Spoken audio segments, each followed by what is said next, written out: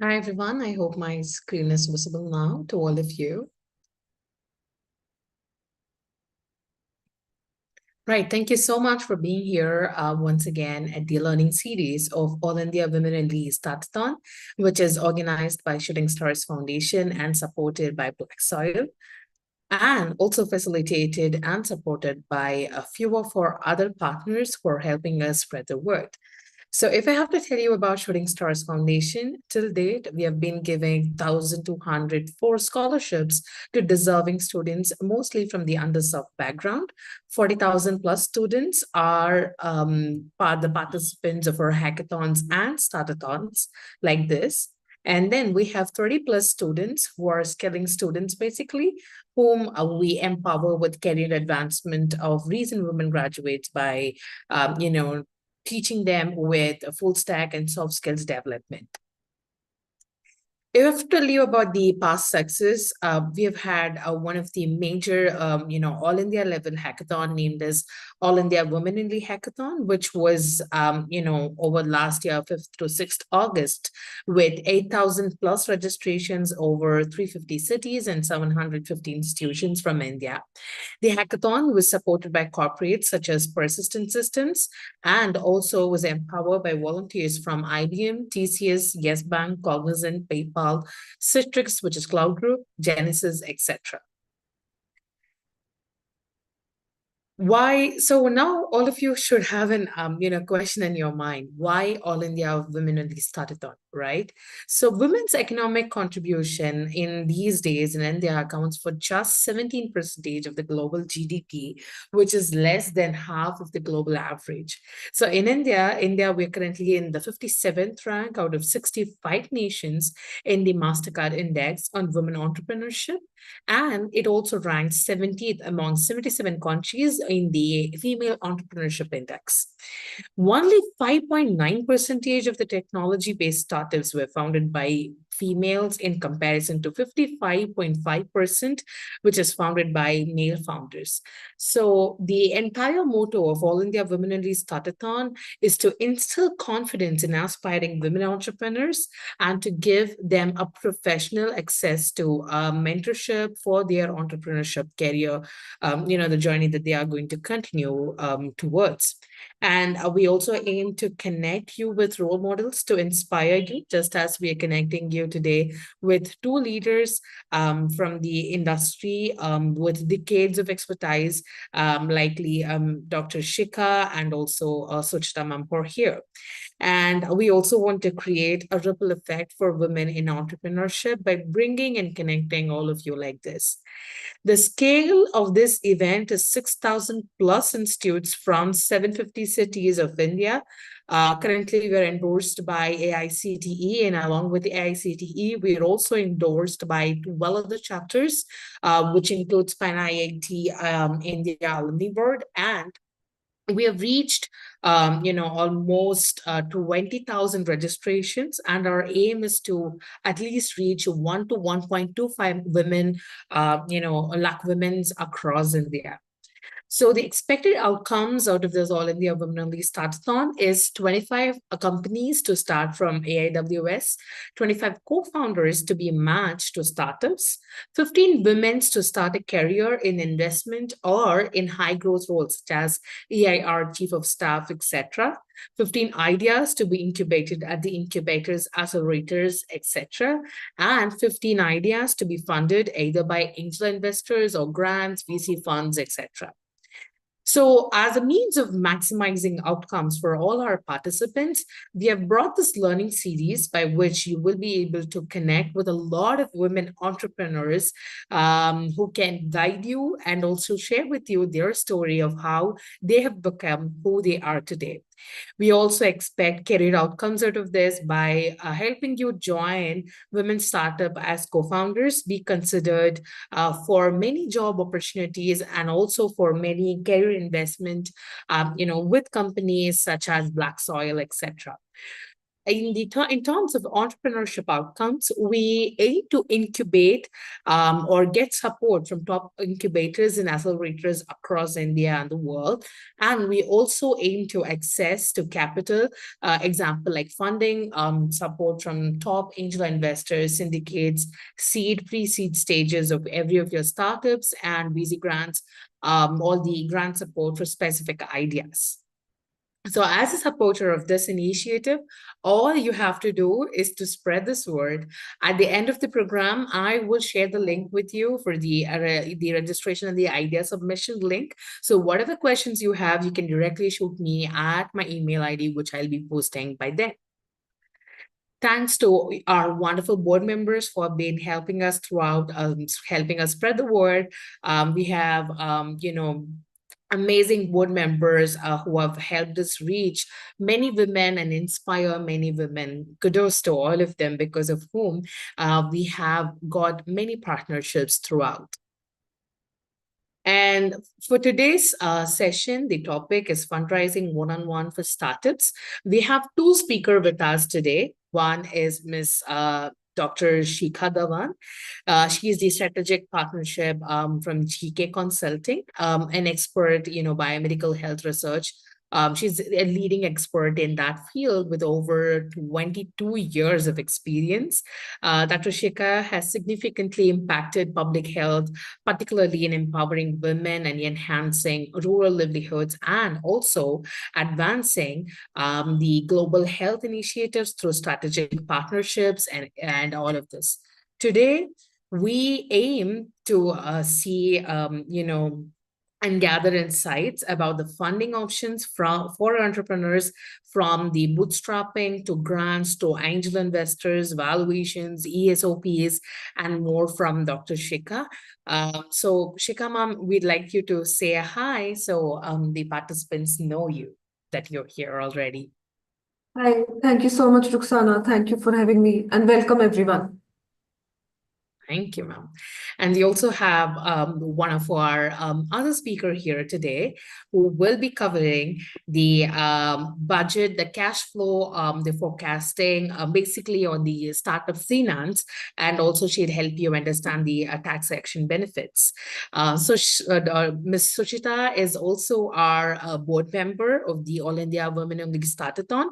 She's a chartered accountant with expertise in corporate governance and finance strategies. She has driven the growth and scalability of tech startups as a consultant CFO, helping them establish processes and business aspects all along. So, Ms. Shuchita, ma'am, we'd like you to say hi so we can get started with the session.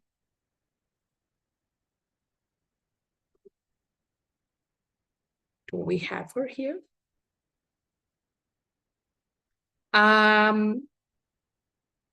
I've asked you to unmute. Can you unmute now, ma'am? Yeah, good evening and happy to be here. Thank you. Thank you. So we'll get started with the session. I'll first hand over the mic to Dr. Shikha. Shikha, ma'am, you can take lead from here and take, the students through all of these parts and aspects. Sure, thank you. I would just like to share my screen now. Yes. Okay, are we on full screen? It is not at full screen. It would be great if you can make it full. Okay. Yes. Yes. Okay, It's fantastic. full screen. Thank you, fantastic. So now this is like a teaser for all of you, and thank you for joining today. What does finance means for startups? So I'm from GK Consulting and we are into business transformation, helping startups grow. Our tagline is meet us over a cup of coffee, and by the time you finish your cup of coffee, we would have given you solution in business transformation to help grow, scale your business. So, what is actually a business? Business is when an entrepreneur or someone comes up with a new idea that can generate some money, right? So whenever you want to float an idea or to develop a product or a service, funding is required. Now, funding is required to meet the expenses, to launch the business, to grow the business, to get established, and then to scale up. Everybody needs funding. Startups are always looking for funding. So main cost which a startup needs to cover is probably they want to do research and development. There would be some legal fees. They want to protect their intellectual property, want to file a patent, want to establish an office. There would be rentals. There will be costs to travel. They want to have a website. They want to have competent team, hire people so that they can help them do reach out, take over different aspects of their business, and then there are salaries which need to be paid. So that's why a startup, when it comes with the idea, or an individual, when they come up with the idea and they think about forming a startup, the first thing that comes to mind is to get funded. So now today, what we are going to discuss today here is when you have thought of an idea, you build a team. It could be a founder or co-founder, your technology officer, your somebody who's looking after your operations. So startups are all about teamwork. And then you have have an idea which you have conceptualized. You probably know the industry you want to take the idea forward. Your product will be suitable for which industry, or you want to be a service provider. Then you go about streamlining how to go about it, and then you say, okay, now we need money to get going. What we are going to discuss here today is what are the different type of funding options available, right? So when you are at your ideation stage, when you have an idea brewing, now what is an idea is something, it's a concept, it is not proven. So when you are at ideation stage, or when you're trying to develop a concept, that stems from when you're trying to solve some unmet need. You found something lacking. So you thought, okay, I have an idea. Why don't I create business around it? So at that time, when you want to take your idea forward, you want to start working on it, doing some research, probably tinkering in a laboratory, find a minimum viable product you want to develop, or it's a concept which you want to do a survey and see the market requirement for it. All these activities require money. So when you are at an ideation stage, you are generally bootstrapped. Bootstrapped is something when you're using your own personal saving or resources to fund your idea. So there are no external investors involved. Bootstrapping could be also when your family and friends are helping you contribute to providing you money. Right. So that is a very interesting phase, because I normally discuss with startups. They feel very bad about it that we are still bootstrapped. So this is something I want to tell all of you. Investing your money in your idea is a good thing. So to develop the proof of concept and to say that we were bootstraps and now we want to be investment ready or go for some funding, that is a win-win situation because you yourself invested in your idea. So here I want to tell the esteemed audience that being bootstrapped is not bad. But as you grow, as you build your team, as you build your product, as you reach out to people, see their customers, you're solving an unmet need, you need to grow, and that stage funding will come in. So then you go about finding funders. Now that external funding can happen in many ways. You could give a ownership of your company in exchange for money, that is equity. You can go and borrow money from lenders like banks. but then the money needs to be returned with interest. Now, again, for a equity financing, there are pros and cons. There are angel investors, there are VCs who would want to invest in the startup by taking some shares, some equity, some ownership. So you get driven by the person or the firm who has invested in you. So the benefits would be that you get huge access to money, but another side would be that then these investors would be chasing you, if I could say, because they are also looking for return on their investment. So they would be interested to know how quickly their money will grow. They can be mentors helping you grow, and at the same time, they can also make your life slightly difficult because they can get impatient. So equity finances comes with its own benefits, pros and cons, right? But it gives you access to huge amount of investment, right? Now, when you borrow money to grow, you go to a bank, you would always need to return the money. There would be some interest involved. There would be taxation on the interest amount. But if you borrow money, they won't be sitting on your board. They would not be owner. But the thing is, there would be a defined timeline when you need to repay that loan. Right. And another good thing about debt financing is that if you want to invest in some capital, want to buy some machinery or want to buy some facility, you can go and get loans. That is also a very viable option to get funded. Now, another interesting area to be invested, get funding is through grants and competition.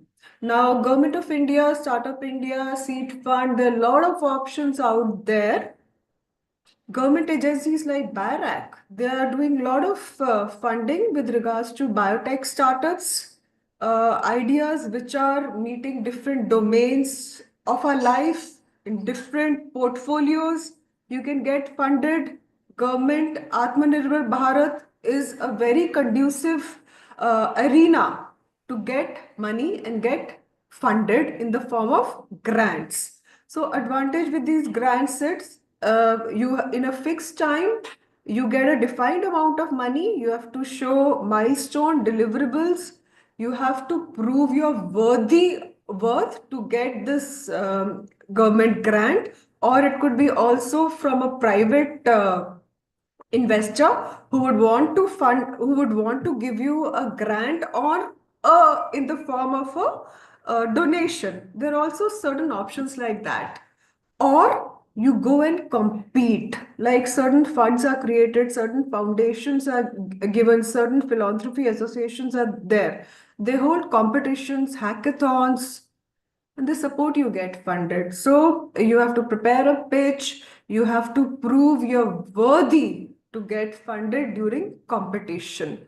But please do understand, when you're competing for grants and you're going out to pitch in competitions, the competition here is very stringent. You're competing with a lot of people.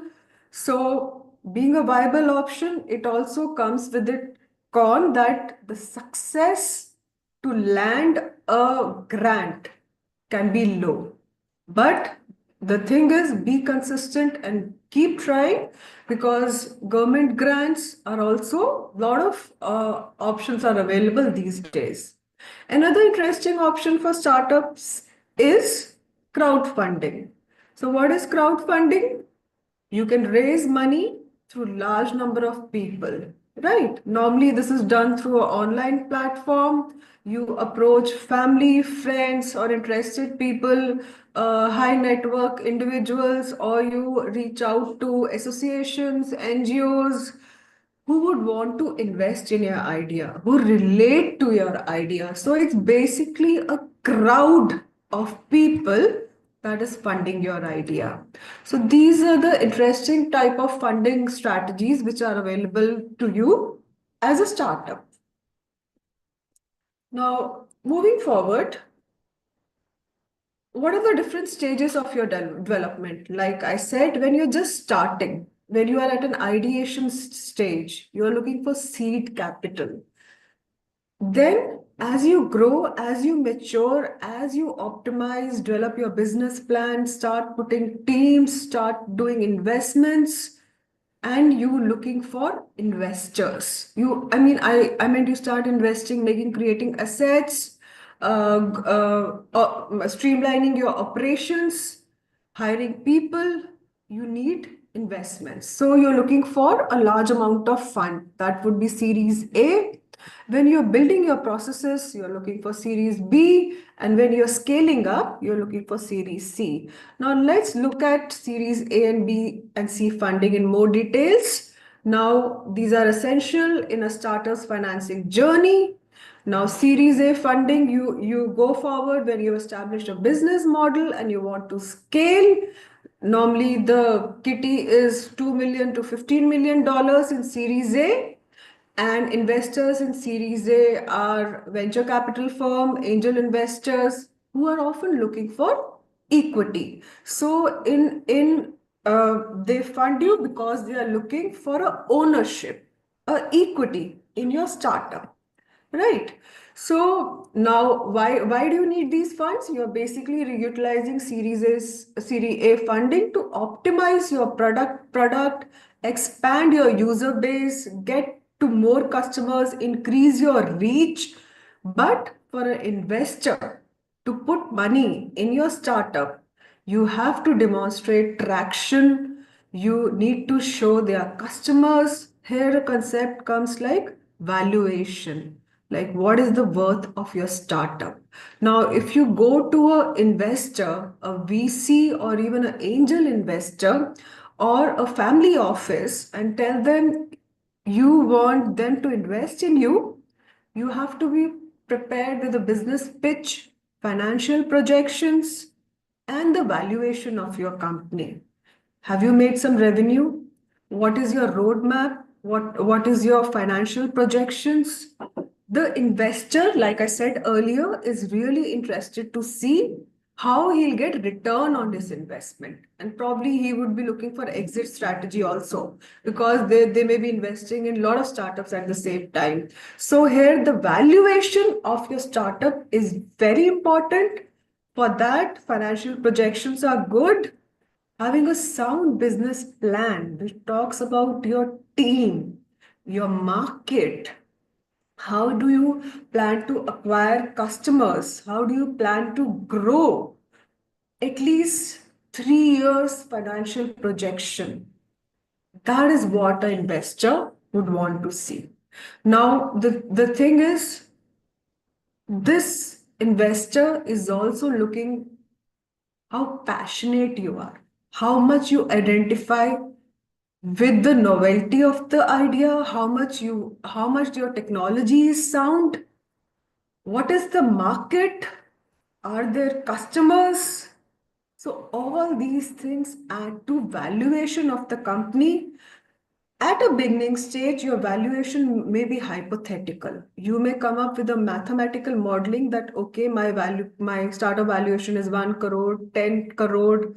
But over time, you have to show how revenue will be generated, how traction will happen, how will you acquire more customers, how will you grow. This is what an investor is always looking for. And when you are at this stage, you have demonstrated traction, and then you want to expand your market reach and scale operations. Then you start looking for Series B funding, which is to the value $7 million to $30 million.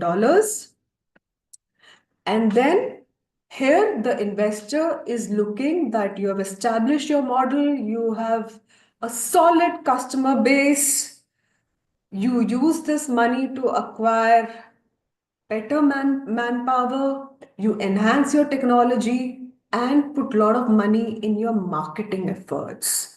right? So investor would put money in you in Series B funding if you have shown significant growth potential and how you can be profitable. Return on investment. So this is what an investor is looking, how he can get return on his investment and how profitable you are to him or her. And then comes the Series C funding. Series C funding aims to further scale the business, and probably that is like at a stage when you acquire the best of the talent, you want to hire the a person whose name is in your startup will get you a lot of traction. Some famous person you want to hire, some business development person you want to hire. So it comes with a cost. So Series C is about growth, scaling up. Probably you want to go to new markets, you want to go global. So, or prepare for an IPO, or you want your company to be acquired. So, that time the Series C funding comes into the picture. And while we are talking about finance and funds for startup, there is also an interesting concept which we see these days. It is ESOPs. Now, what is ESOPs? Now, ESOP stands for Employee Stock Ownership Plan, right? So this is something your employee gets equity in your company. He gets ownership of your company. So ESOPs has a lot of advantage. Your team, the people which you have hired, they become owner in the company. So normally it is we discussed in forums that ESOPs has become a lucrative incentive for a employee loyalty. If people are given ESOPs, they tend to stay longer in a company. So that is also something which is the buzzword these days. Employee retention is higher, they feel owner, they feel motivated to work more to drive growth for the business. There is less attrition and there is more ownership. So that is also a term I wanted to introduce. Though ESOP itself and the other terms which you have talked about itself are topics of uh, long discussions. We can speak a lot about them, but this was just an overview. So we are touching upon a lot of concepts here. So coming back to saying that you require to be funded at every stage. That could be ideation, your proof of concept, your prototype development, and when you are scaling up and going for commercialization. Right. So there are a lot of, like we talked about, government schemes, there are a lot of equity and debt options are there for you. You can get loans, you can get angel investors, VC to put money on you. So normally it's at the ideation stage when startups normally get government grants, because that is what our government is doing to develop a startup ecosystem. And as you go further to develop your proof of concept, you get grants from MSME, Nidhi ER, Department of Science and Technology, Department of Biotechnology. All these organizations are there to fund you from ideation to proof of concept. That is your pre-seed and seed stage. And as you move on to prototype development, your need for money enhances. So other government schemes and options and other private investments come into place. And likewise, angel investment, banks, SIDBI, SIBRI, these are government schemes. So a very good piece of advice would be to look up the funding options available for you. There are options available from MSME, from Government of India, and a lot of new things which are coming in the market that can help you get funded. And in addition, a lot of competition hackathons are also happening. And they're in addition to funding, they're also providing mentorship support and also handholding at different stages, say like commercialization, regulatory, maneuvering the regulatory environment, helping you file a patent. So it is very prudent, very important that you keep a watch for these options available online and offline. Build a network where you get to know about all the options available for your growth, which will come through also investments, right? And you can get funded through grants as well, right? So, here I want to touch upon certain interesting schemes, which is by the government of India in the form of grants, which supports solving societal problems, that is social innovative immersion program. So eligibility is any Indian undergraduate. So this is the thing you need to keep in mind. This is open to any Indian undergraduate, BTech, BE, MBBS. They can apply for a SIP fellowship.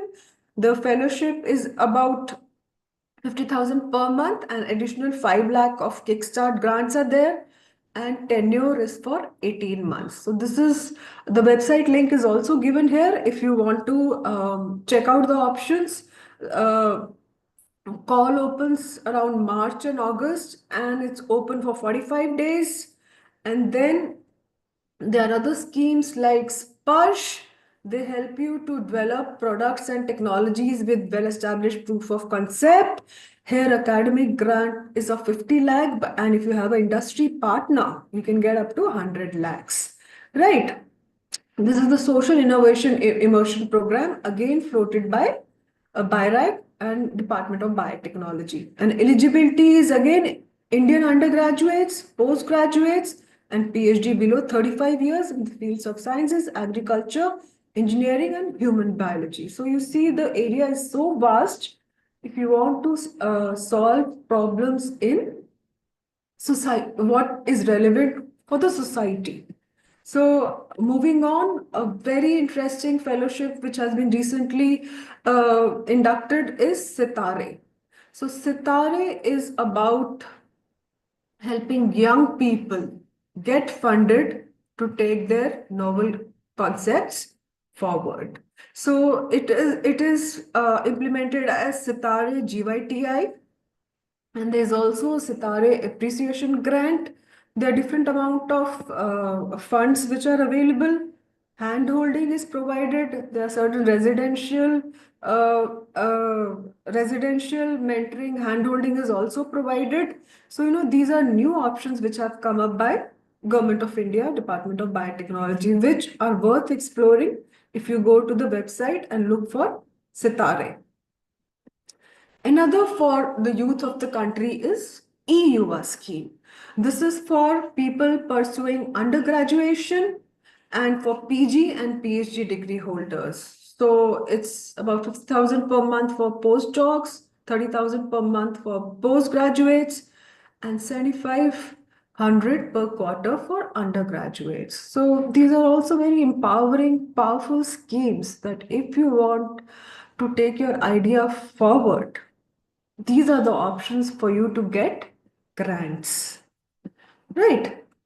Now, also the BIRAC has a big grant which is open twice a year, and funding can be up to 50 lakhs, right? And there's also a Bio Angels concept, which is a partnership of BIRAC and India Angel Network, right? So this is giving you seed and early stage investment. So if you keep seeing these government sites, and it's a very dynamic platform, dynamic ecosystem, many new things keep coming up, right? So this BioAngel network is to get you to connect with you with high quality investors and industry leaders. So there's mentorship, come funding, right? And investments through private players. Now, Department of Science Technology, I hope the slides will be shared with you. The session is also live on YouTube. So I have put a lot of these grants here, which from the Department of Science and Technology, which are national initiative for developing and harnessing innovations by the name of Nidhi. You can go and look up these grants. They are all helping you at different stages of your growth. right? You can go to the DST website, look up at DST Nidhi Prayas and Nidhi EIR, Nidhi TBI, Nidhi COE. A lot of centers are also established to help you, to provide you with basic facilities to tinker, develop your concept, get immersed, get connect with advisors, mentors, and take your idea forward. So the startup ecosystem is very conducive in the country.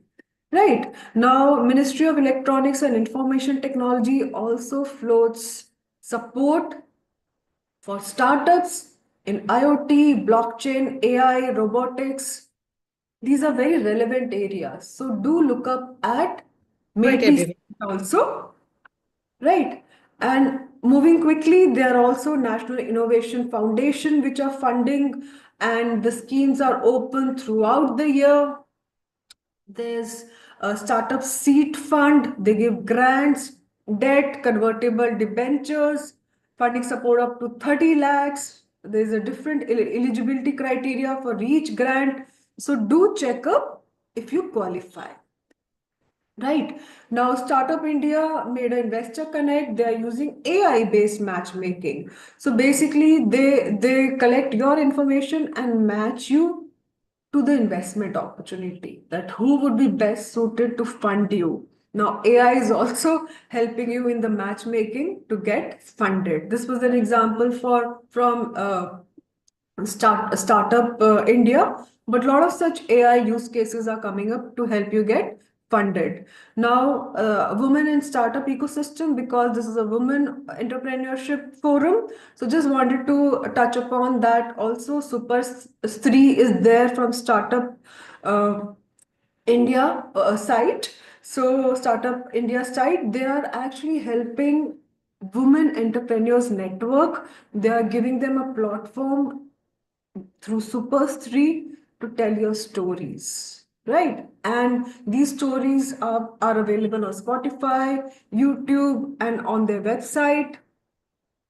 Now, startups, women entrepreneurs are coming together, sharing success story, and there's a lot of peer learning happening there, right? And again, Invest India has Agni Stream, Agni. Anyone can apply. The grant is always running. Right. There are also the many a times often very unique funding opportunities come up, like Agni through Invest India also got into collaboration with Singapore Airlines, and they wanted to give participants a chance to win 150K. So that's huge. That's something for your idea, for your different stages of growth. Check out the recent available funding options available. And this is also a Indo-US Science and Technology Forum. They also have multiple grants throughout the year open. If you meet the eligibility, please do apply. Right. The startup ecosystem supported by incubator, accelerators, they are there to give you mentoring support, business plan development, regulatory, IP. So this is not the entire ecosystem, startup ecosystem, because it's growing. It's growing day by day. This is just a snapshot of, to give you an overview, that incubators and accelerators are also there, established by the Government of India and also private, which can help you grow and get funded. Right. So this is about FICCI Flow. They have a women's cell. Again, they classify as different levels. They provide you mentorship, and they can bring you together with investors. So explore these platforms. Lot of options available. You need to be aware. Maintain a good network so that you are aware of these options available for your growth. And also, Department of Science and Technology is into women entrepreneurship development programs. So do look out. A lot of incubators across the country are running such programs. So connect with mentors, investors, growth potential, intellectual property, regulatory compliances. So whatever your unmet need is, even to find a co-founder. These are the places you need to be joining, and the AWIUS is also an excellent platform, like Ruxana mentioned. A lot of options available for you, which I'm sure you're aware today, and you're going to put them to best of your use. These are the few slides I normally use while concluding my presentation. Always maintain your curiosity, like a child is always curious. The magic is bound to happen. The magic happens when you move out of your comfort zone. You have to put in a lot of hard work, because award of a grant or investment will not happen by chance. You have to work hard for it. And for a entrepreneur, it's always said, the will must always be stronger than skill. Despite any setbacks, maintain a positive attitude, because your biggest asset in the world is your mindset. Whenever you make a pitch, be open to get feedback, keep refining, keep growing. This is your idea, this is your story. You're the best storyteller. An investor looks how passionate you are, how you identify with your story also. There is always money for your startup. Nevertheless, always commit to choosing happiness in your life. Thank you, Ruxana. Thank you, ma'am. Thank you. It was such an amazing presentation. I mean, the way you shared about all these grants, that is something that our, audience look forward to. Really appreciate your help. I hope you could share all those slides with me so I can share it with the audience as well. Thank you, Would ma'am. love to. Thank you so much. Yeah. Over to you, Shuchita ma'am. We'd like to hear your presentation, and after that, both of you can answer the questions that are to come. Okay. Okay, good evening, everybody. Again, welcome to the session. And I hope that Dr. Shikha and myself can add value to whatever that you're looking at, which will help you no matter what stage of your startup you're at, whether it's ideation, whether it's proof of concept.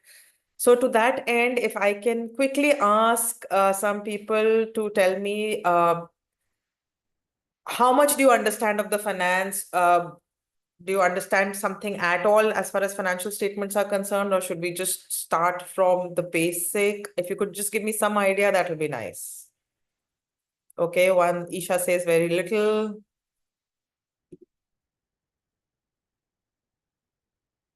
Or any specific questions that you have, then I can address those through my slides, so that we can make it a more meaningful session.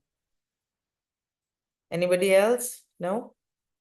Most of our participants here, they are basically students and also solopreneurs, so they should pretty much not have a broader idea or instinct in this, ma'am. I think this should help. Your session should help them, in that case. Okay. So somebody's also said that they understand the basics. So just quickly, and please let me know through chat or otherwise where you want me to hurry up with the slide, and we can quickly move on. A lot of businesses fail, right? I mean, if we see, are these news that all of us have seen, whether it was Sahara, whether it was the Satyam scandal, whether it was the Enron, Anderson, a lot of businesses have collapsed. So why do you think businesses collapse, and smaller businesses which don't even come into the news? These are the top reasons. There can be more, but these are the top 10 reasons why businesses fail. And as you can see, a lot of it is to do with operations and finances that come out of the operations, right? So either the math doesn't work. You're saying this much revenue, this much cost, this much capital asset, this much whatever line item, but somehow it's just not making sense to the investor or even to your mentor or your guide. And forget about the compliances then, obviously. Owners who cannot get out of their way basically means where you are not open-minded. So you always have to be open-minded, listen to everybody, try and understand what they're trying to tell you, and then you can take your roll call. But never think that any of us are Mr. or Miss Know-all. I mean, even today, Dr. Shikha and myself, I think we are learning from others. At no point can we say we know everything. That, like Dr. Shikha said, you have to keep going to those websites and keep checking because things change. Nothing is constant. Out of control growth, where you've not set up your processes and systems in such a way that today a 50 rupee revenue can tomorrow become 50,000 revenue. And then suddenly you're like, oh my God, I was maintaining it on Excel sales. Now, how do I track my Excel? How do I track this? How do I track that? Poor accounting, definitely. Lack of cash cushion. In the sense when there were good times, you just increased your expenses without thinking about the bad times. Like typically for seasonal businesses, there are some good months and there are some bad months. So you have to have the provisioning for the bad months, but that will only happen when you plan. So business plan, that's where a business plan comes into play. Operational mediocrity, again, where you're not keeping a track of your direct costs or indirect costs. And so you don't know actually how much are you earning out of your sales of services or products. Operational inefficiencies, again, where a product or a service could probably be provided at 80 rupees of a cost to 100 rupees of a revenue, you are actually incurring 85 or 90, which means you're earning less revenue out of that particular sale, which is not nice. Dysfunctional management in terms of delegation of duties, division of duties and responsibilities in terms of the succession plan. No business should be one person based, no department should be one person based, so much so that the day that one person falls ill, leaves country, or just decides to part ways with the organization, that particular function or organization falls flat. And yeah, lack of succession plan and a declining market. You have to always keep in touch with what is happening in regulatory, market, and global. Now, there are really no global boundaries. So anything that happens in any other part of the world does affect us here in India. We cannot say it does not affect us. Dr. Shikha spoke about business valuation. Do we all understand what is business valuation? Quickly, if people can. Can we allow some people to unmute themselves, Ruxana? Yeah, mom, they can raise their hands. They know it already. They can raise their hands and I'll let them, speak. Okay, so can anybody tell me whether they understand business valuation? They don't? Yeah, we have people who know it. Okay, cool. And so then I can go ahead. Great. So there are 2-3 approaches to arrive at a value of a business. So for people, okay, who don't know, quickly, it is what is the value that I put to a company, assuming it's going to go. So that is a going concern, that assuming that it's going to keep running and not suddenly shut off because of XYZ reasons. And then there are different methods we can employ to arrive at the value of the company. It can be DCF, which is discounted cash flow. It can be comparable company analysis, where I'm comparing a company to a similar company in the similar industry, or just precedent transactions, where I'm saying, okay, this is how this company has been growing, or a similar company has been growing. And so I can assume that this is how it's going to be. Most of the investors use the discounted cash flow method, which is that you assume what is going to be the revenue line items and the cost line items for year 1, year 2, year 3 going forward. So you're actually forecasting the future, and then they discount it to current today, what can be the value. That is called the discounted cash flow, just to explain it in a layman's term. So again, we spoke about angel funding, Series A, Series B, key questions that you should be able to answer to any investors, no matter at which stage you are at. What were your company's sales in the last year? See, again, saying that I don't understand finance, saying that I don't know anything, I am the technology person, or I am the marketing person, or I'm just the founder and I am doing business development, doesn't help. When you're going to investors as a founder, co-founder, you have to have certain answers in place, and there is no excuse for not knowing those. And these are some of those questions. What were your company's sales in the last year? Is the company growing? So growing can be in terms of the portfolio of the products or the services, or growing could be in the number of customers, or growing could be in terms of just growing revenues. What is your company's profit margin? Again, it can be drilled down to each and every specific product. So if I have 10 products, any investor can ask me, so if I'm saying I have a profit margin of 15%, they can ask me out of the 10 products, which is making more than 15, which is making less than 15, or which is my highest profit margin product. So all those details basically you are supposed to know as a founder, because that's what goes into analyzing your business valuation or the viability of your project or the growth prospects. How does your margin compare with your competitors? Again, there is no excuse that I don't know who my competitors are. And the worst answer is I have no competition. That is the worst answer. That basically says that you've never done your homework and you've not even bothered to find out what is your competition. Is your company gaining or losing market share? So say if it's a segment like coffee drinkers, obviously market share cannot be calculated in terms for every company, because there could be thousands out there. But so then here market share would mean again in terms of you, again in terms of how many new customers are coming. But then more important is how many repeat customers are coming. Because new customers, you're always spending money in marketing. Repeat customers, you don't spend that much money. Repeat customer is about good product plus good service. If it's only service, then obviously good service, customer centricity, the ethos, the values, the interactions of your employees with the customers.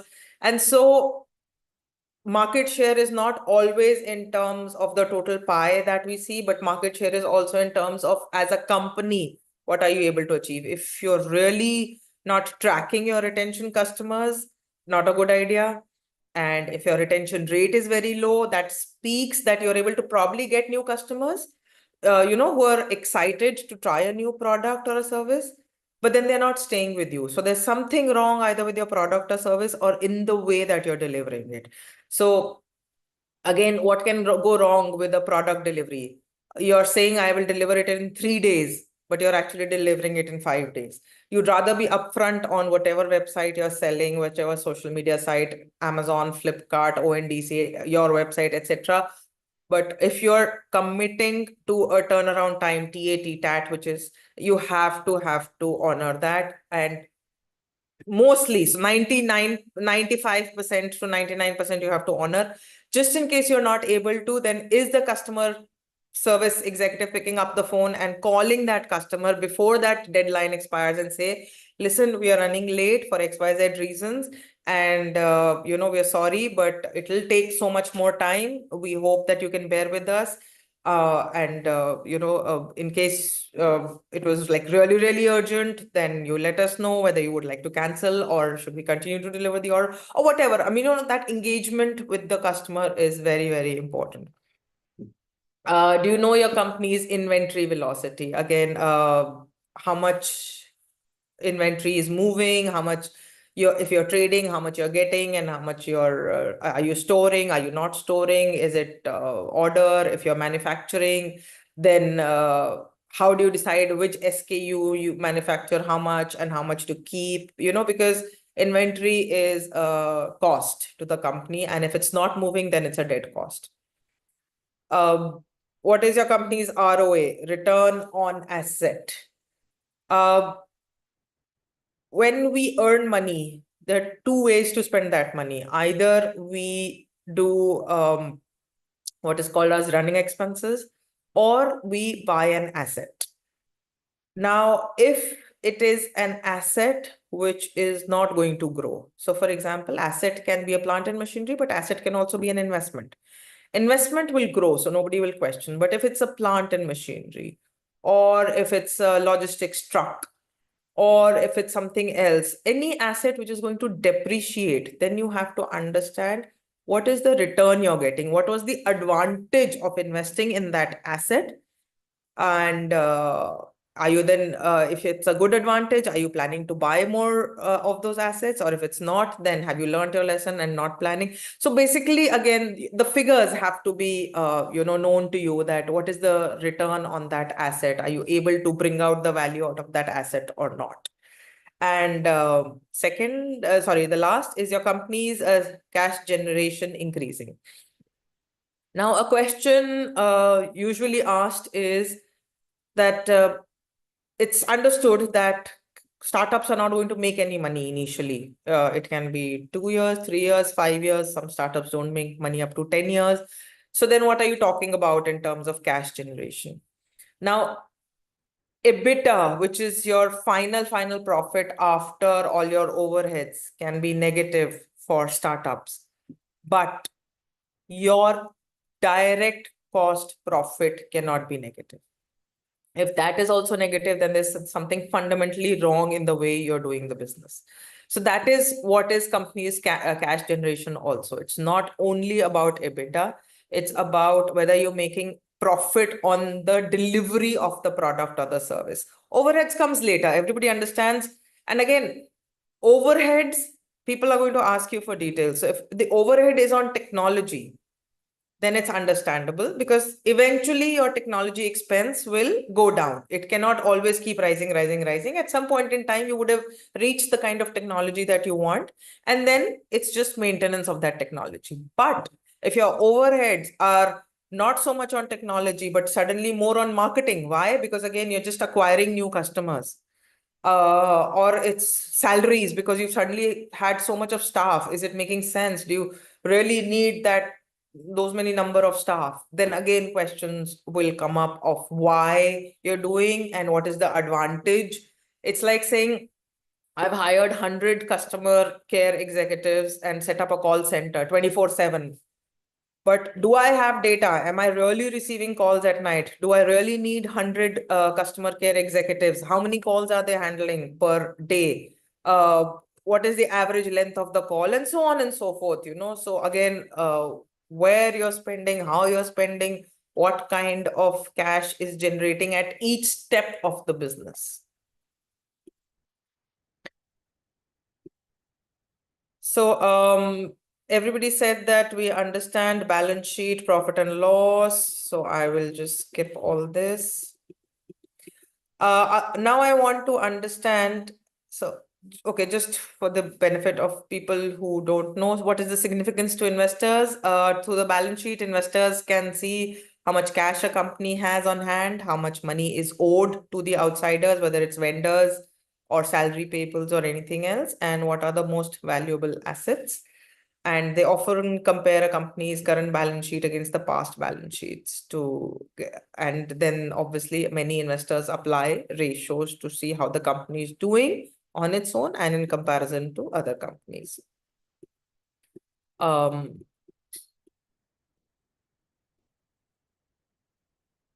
Again, these are terms. I hope everybody understands EBITDA and PE ratio and EPS and everything.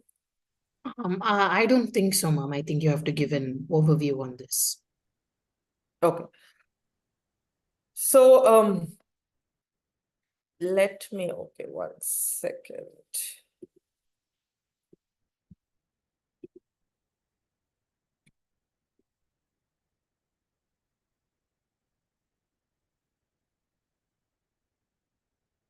Can everybody see my Excel sheet? Yeah. Okay. So I am saying my revenue is 100, and say let's take it's a product organization. Let me increase the font. Okay. Now, what is the cost of delivering that product, right? That's when my sales get completed. Till I don't deliver the product, my sales is not complete, right? It could be first, obviously, the cost of making or sourcing. Then, sorry, pardon my spelling right now. Then it could be the logistics. It could be packaging. Any other direct costs we can think of? Let's just keep it simple, right? Like that. Okay. And let's say the total of all these three is coming to 80. So then 20 is called my gross profit. Now, if this 80 actually becomes 100, then my gross profit is 0, which is also known as break even. I am just breaking even on my sales. So it's called breaking even at gross profit level. Then all my overheads come into place. So it can be salary, it can be rent, electricity, marketing, technology, and customer service executives, or whatever else, and etc., etc., etc. Like I said, in startups, for some time, it is understood that you will be positive here or 0, and these will be recovered later on. But nowadays, investors again have become smarter. 10 years back, nobody would ask you when you would become profitable, but now investors have started asking the question, when are you planning to make this positive, which is the EBITDA. And EBITDA stands for earnings before interest, tax, depreciation, and amortization. So here you see, I have not taken any of these. Interest,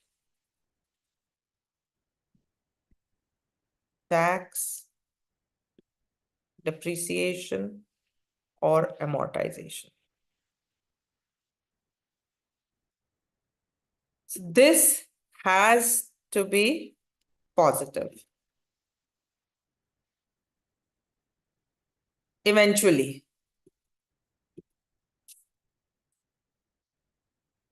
And that's what the investors are asking. You can say, I will be positive in the next 5 years. They will accept that as long as you have a plan of how you're planning to make this positive in the next 5 years. And again, like I said, they're going to drill you down on each of these line items. Each means each. They will drill you down on the cost of making or sourcing. They will drill you down on logistics. They will drill you down on packaging. They will drill you down on everything. Now, what is not acceptable is this being 100 and this being 110 or anything greater than 100. Because what does that mean? That you're basically delivering something which is not profitable to begin with. Because if you cannot even take care of the logistics of delivering that product, the packaging, or the cost of making or sourcing, then where is the business in this? Then you just have an idea and you said, oh, let me try this idea. I don't know whether it's going to make money or not. I don't know anything. It's just an experiment that I'm trying to do. And that is not an acceptable answer. Does that make sense?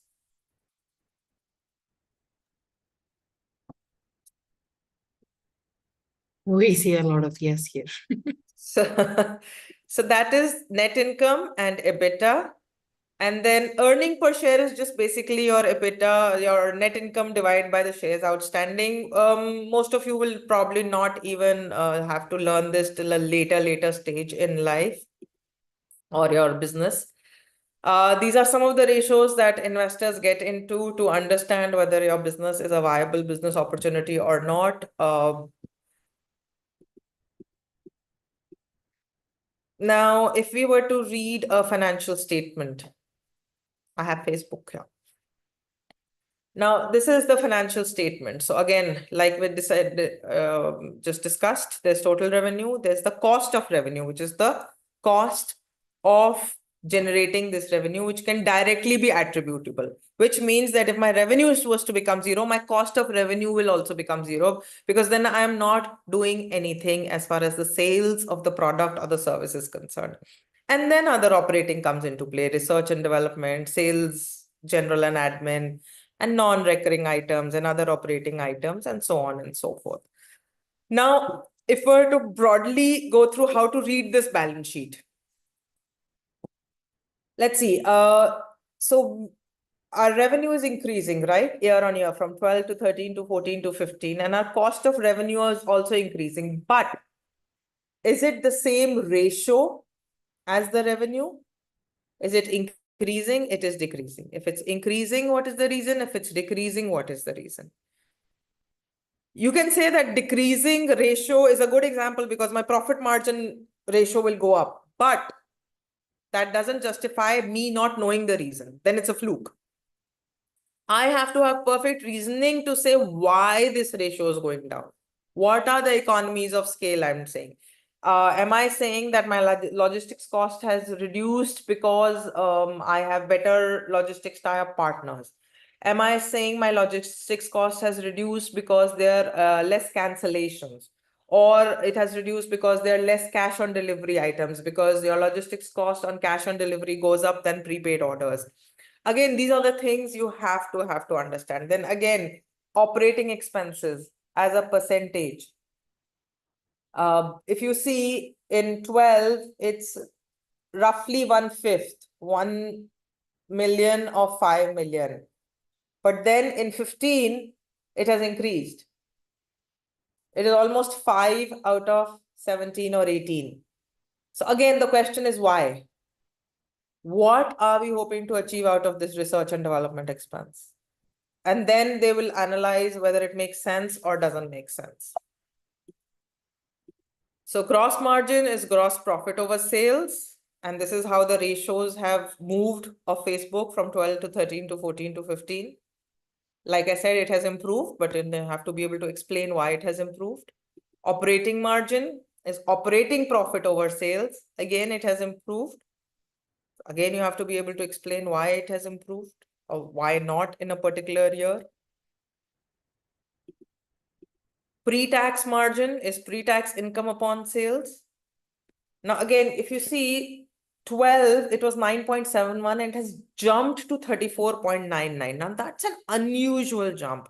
Anybody would want to know what happened suddenly, what changed, because your operating profit has increased from roughly 11% to 35%. But then suddenly pre-income tax has gone up so much. So what has changed in those line items between the pre-tax and operating profit? And again, net income from 12 to 13, from 0.63 to 18.94, and then not such a jump till 15, such a big jump. So something drastic happened in the company between 12 and 13, but then that stabilized over the next 2 to 3 years.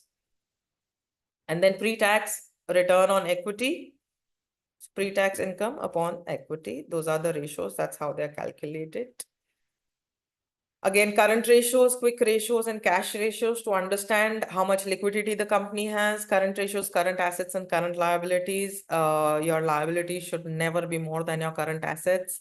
Current assets include investments, cash, current investments only, and then inventories, and so on and so forth.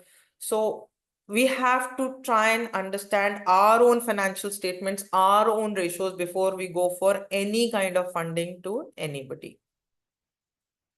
Do we understand cash flow statements? Okay, just I'm going to stop sharing this, and I want to think, what is the difference between a P&L and a cash flow statement?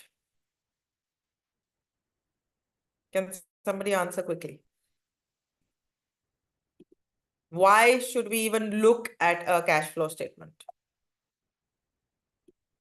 Come on, guys, you got to answer. You can raise your hands and I'll let you speak. Or you can post it in the chat. No idea from Neha.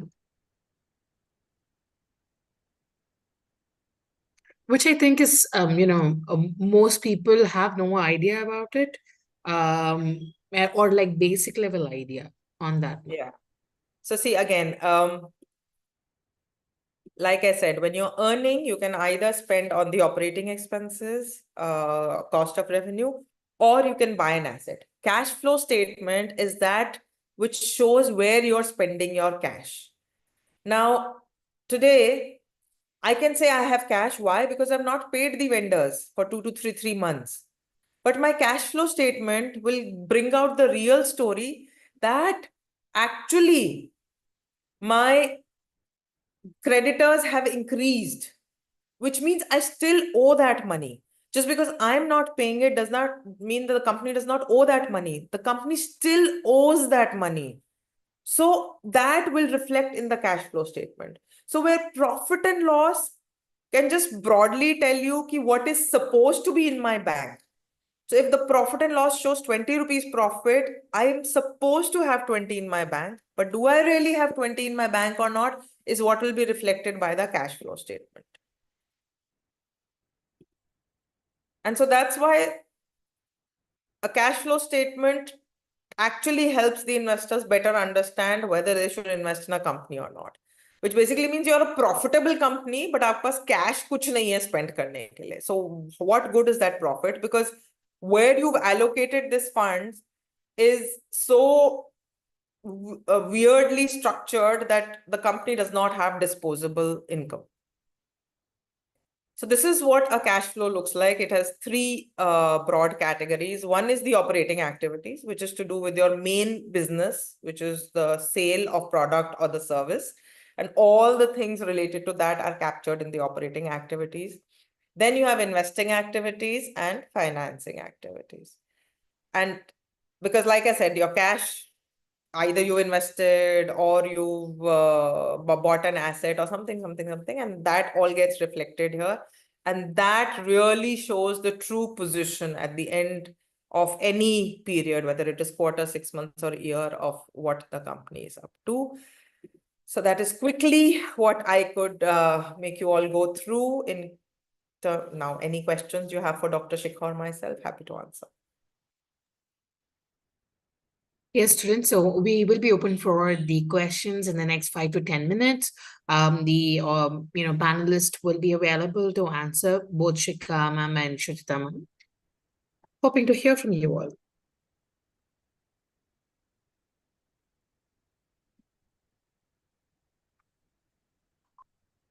Okay, Isha is asking, my idea is only in the prototyping stage as of now. We are just participating in different competitions. How refined should our financial statements be? Dr. Shikha, would you like to take this one? Yes, sure. That's a very interesting question. You know, when we also talk about forming a business plan, this is also the question how big the business plan is. So, the thing is, Isha, finances, you have to start planning from the beginning. Could it be a rented place? You have a manpower you need to pay because you know these expenses start. So at a very early stage, your finance projection and planning could be very basic. Something like a rental amount which is required, something like a 10,000 you need to pay to an intern to do some research, something you want to do some organic boosting on YouTube or inorganic boosting you need to do on social media. You need people to create the content. So, you know, some expenses start as soon as you start implementing your idea. So, to begin with, have a small financial projection because start talking about your monthly projections. That builds up as you grow, but you should start early. That is the answer for you. Thank you. I hope it answers this question. Ma'am, so there is this question to Suchita ma'am. How to set MRP? Please explain the term by Sri Veera Approx Tech. MRP basically means maximum retail price. Now companies, bigger companies like P&G, Hindustan Unilever, what they do is they obviously have a certain manufacturing price. They put their margin and they have what is called the wholesale price, which they give to their distributors, and then the distributors add their margin. So the idea is that no matter how many middlemen are involved, the product cannot be sold more than the MRP. So that is the maximum retail price. So now it's up to you whether you want to have 2 middlemen, 3 middlemen, 10 middlemen, it doesn't matter. For you, I would say MRP is your selling price if you're selling online. If you're selling offline, then again, maybe you can decide what the retail person can sell it at, and you decide at what value you want to sell it at to the. So you have to know what margin you want to earn out of that product. So like I said, if your cost of manufacturing or cost of procuring that product is 80 rupees, then you have to decide whether you want to earn 5 rupees as a margin, 10 rupees as a margin, 15 or 20. Then accordingly, you sell it directly. And if you want to sell it to a distributor or a retail shop or anything, then you say, okay, I can have two different margins. For direct sale, this is my margin, and for indirect sale, this is my margin. Or some companies even use it as an incentive. That if you buy it through another channel, whether it's Amazon, ONDC, or Flipkart, it's going to be 100 rupees.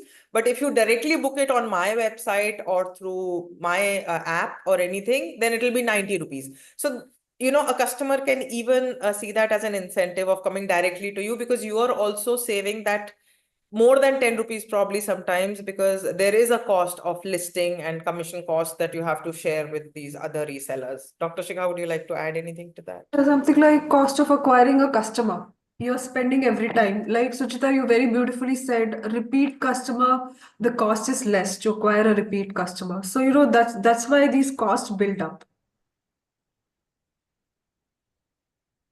I hope that answers the question. Yeah, most definitely. Mom, so adding to this, right?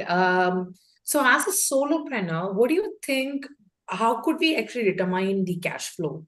How can we determine that this is our profit? Because we basically engage as a startup, but we do everything, right? All by our own, and it's rare that we have employees all by ourselves, right? So I leave it to both of you to answer this question of mine. Yeah. Hope this can help a lot of students, because we have solopreneurs mostly right here as an audience space. Ma'am, you can start and I'll.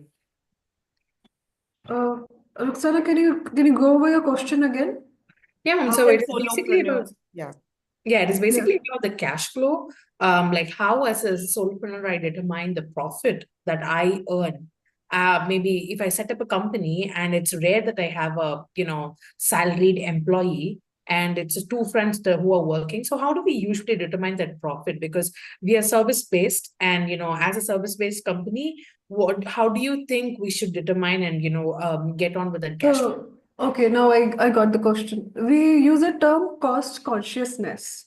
So it's basically you have spent some money on raw materials, on making the product. That is your cost, right? But for a customer, the value which you give for that product, the price the customer is willing to pay. So that comes from being cost conscious. Now, a product can sell for 1 rupee, and it can also sell for 10 rupee if the person or a customer finds value in it. So to be profitable, you need to be cost conscious. What value are you giving? Like Suchita was saying, if there's no after sale service, like people, like we could also go tangentially, because there is a market for iPhone. When there are other smartphones or other phones also available, there is a clientele which wants to buy iPhone for the features it provides. So the customers are very cost conscious. If you give value addition, something more, something like a better sales service, in the example of iPhone, a better battery life, better features, better interface, a better camera, so people give more value to it. So if you can build up more value to your product, you're cost conscious and customers are willing to pay for it.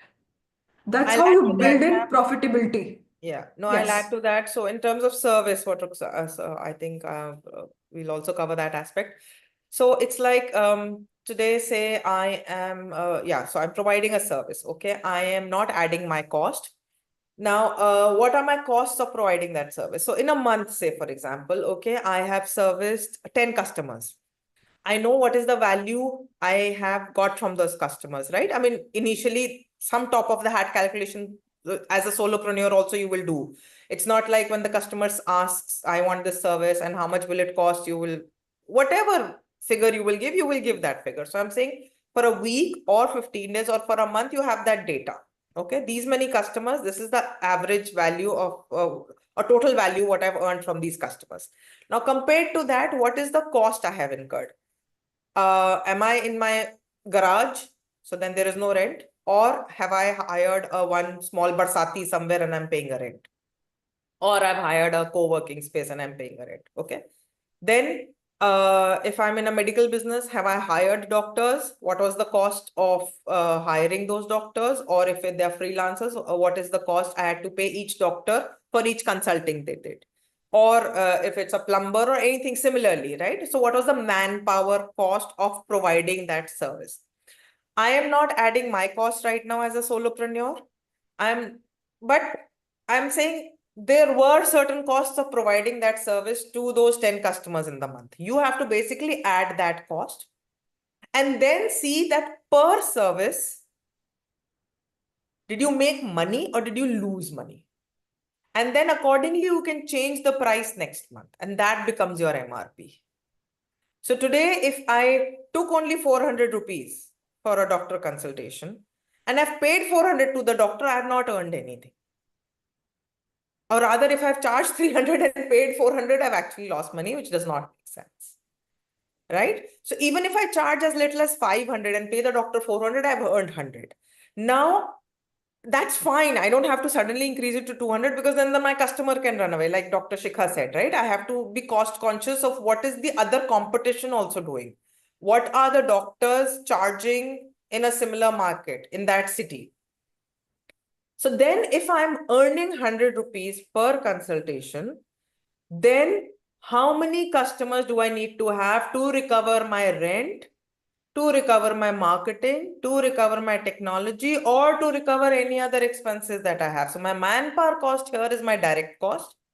So 100 rupees is my direct profit. And so it's a viable business idea because at least it is earning me money. Now, whether it's earning me enough money or not is a second question. And that is where then I do a back calculation. Ki, okay, if my spend is 1,000 rupees per month on all the other overheads, marketing, technology, rent, electricity, blah, blah, blah, blah, blah. Then if I'm earning 100, I need 100 customers or I need 10 customers. That is how you do your calculation. Does that make sense? Yes, thank you, ma'am. Thank you, Shita ma'am and Shika ma'am. Shika ma'am, I have something to ask regarding the grants. So basically, as when we apply for grants, they ask for certain criterias, like we have to have our startup or something registered somewhere, right? So is that the case for most of the grants, or is there some exemplary cases where we can act just as registering the idea? Yeah, that's a very interesting question. So, if I tell you with a specific example, when we talk about the Big Baira grant, so they give time period to get registered, but as an individual, you can apply for the grant. So, to meet the eligibility of the grant is a must. And once selected, they actually give you a timeline to form the startup, get it registered. That time they're not even saying if you're a startup, because they're saying if you have an idea which can be developed into a product of a service with commercialization potential, they're happy to fund it. Right? If you can put forth, if your proposal is technically viable, if you show a commercialization potential, and it's just an idea, it's just an ideation stage, you can get funded. And within because the tenure of the grant is 18 months, so within 6 to 8 months, the clause is that you get registered, form a startup, get registered. So, Ruxana, to answer your question specifically, with different grants, there would be different eligibility criteria. Right, ma'am. So are they maintaining this sort of registration or compulsion in every sector? It actually helps. Once you get registered, your company is registered, you get a lot of benefits. That is also something which an investor is also looking for, that this person is serious. They've registered a company, they have an office, they have a website. So, this adds to your seriousness of taking your idea towards commercialization. Hmm. All these things add up because, I was at a meeting yesterday at a startup conclave. They say startups are like babies. They are learning to walk. They And definitely are. investors are like grandparents. They have seen the world, they understand the ecosystem. So a startup, a grandparent would be patient enough to allow the child to grow. That Hmm. was the good positive discussion they were having there. So they give them money because there was a question from the audience that I have angel investment, but my cash flow is negative. So, just to answer that question, your comment also, the thing is, the investor sees you as a baby. They are Hmm. patient for some time as a grandparent to see you grow. They nurture you with ideas, with their network, with their money. That is all helping you take your idea to commercialization. So it's Right. a very beautiful ecosystem there, Ruxana. I mean, it's the best time to be a startup, I would say. Right, well said, Dr. well said. Shikha, there's a question for you in the chat. I am doing PhD. Can I get fund for doing my research? Okay, so the thing is, these grants are translational. They don't fund research. For research, you have to go for research grants, which something like ICMR would give. Indian Council of Medical Scholarships. Research. They have different portfolios which they fund, or other government agencies which fund core basic research. But nowadays, ICMR is also looking for translation, as in the research developing into a product. So the government focus is also changing so that we nurture the Atmanirbhar Bharat dream. So to do your PhD, you can apply for scholarship if you want to do it in India. So NET, UGC, all these options are there. They'll give you a monthly stipend. But if you inculcate a PhD that is an academia with the industry connect, you would say, I have an idea, I get a PhD out of it, and I'm going to develop a product also with the industry. So, that academia industry partnership is also brewing up so well. So, identify the area which you want to work. Something like I come across people who are into cancer research, and then quickly they want to translate into a diagnostic or a new biomarker or a molecular thing or a AI tool for cancer, reading images to detect cancer, something like they found a wonderful use case and they go quickly to get funded for the translation work. Right, but for research per se, you have to go for scholarship or government schemes like what qualify NET and get it going. Get a SRF, be a junior research fellow, become a senior research fellow, then enter your PhD. So that time frame is very long. I've done it that way, so I can tell you, develop a academia industry partnership. That would be She's more saying her fruitful. area is smart textile. Okay, okay. So actually, Ministry of Textiles, MSME, you could approach them. So these are skill developing tasks. Like if you can, normally we tell startups, what gets funded more is if you build in a societal and a financial component to it. Being from a textile industry, having a concept in textile, if you build a story around how you're going to procure the textile, now people are very eco-conscious also, how the procurement is done, how the sourcing is done, how the product is in an eco-friendly packaging material provided. All these things add up, and you can get money saying you are relevant to the society, and you're generating a revenue out of it. So that also helps, and you can also go for textile and all these things. You can also go for these immersion grants, but you have to show you want to develop a product out of it. The product, the translation aspect of your PhD work or your idea is the key. Ruxana, there's some very Yes. specific questions coming. I don't know how we want to deal with this. Yeah. So, ma'am, it is already late and we would be winding up, right away. Whatever questions we have right now, we will direct it to the panelist email. So, I've also shared my email address with them earlier. So, yeah, I think I will receive questions which I can direct it to you both. Cool. Great. Works? Thank you so much, everyone, for Thank being a you. part today. Really looking forward to, more such sessions with both of you, ma'am. Thank you. Thank Sure. you. Thank Have a you. good night. Thank you. Bye bye, Okay, Suchita. bye-bye. We really complimented each other very well. Thank you. Good combo. Yes. Bye. Bye bye. Good night. Take Bye-bye. care.